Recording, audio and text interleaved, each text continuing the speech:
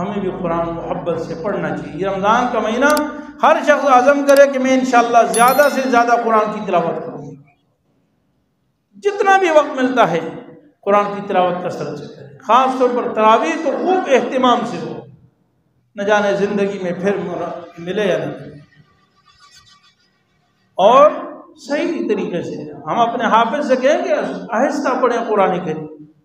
हाफिजों को भी चाहिए कि वो कुरान आहिस्ता पढ़ें। 5-10 मिनट ऊपर लग जाए कोई क़यामत नहीं आती।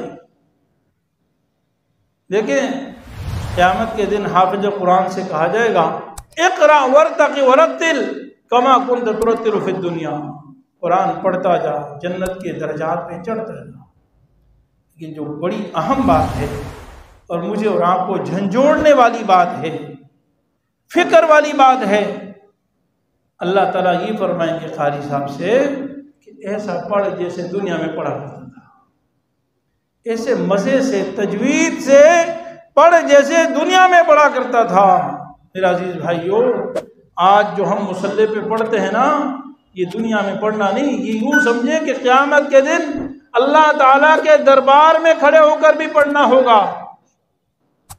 इसी तरह अगर दुनिया में अच्छा पढ़ा तो क़यामत में भी अच्छा पढ़ेगा।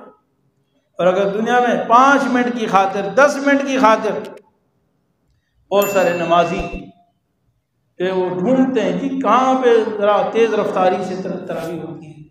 फलां जगह पे 55 मिनट में ख़त्म हो गया, फलां जगह 1 घंटा 5 मिनट लगे, अरे ये तो लेट हो रहा भाई, 5-10 मिनट लेट हो गया।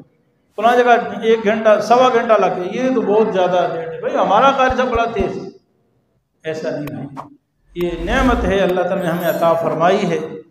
और ये भी अल्हम्दुलिल्लाह हजम में ज़्यादा अल्लाह के फजल से, वरना तो अब तो अरब भी ऐसा नज़र आने लग गया, अरब में भी ख़त्म हो रहा है।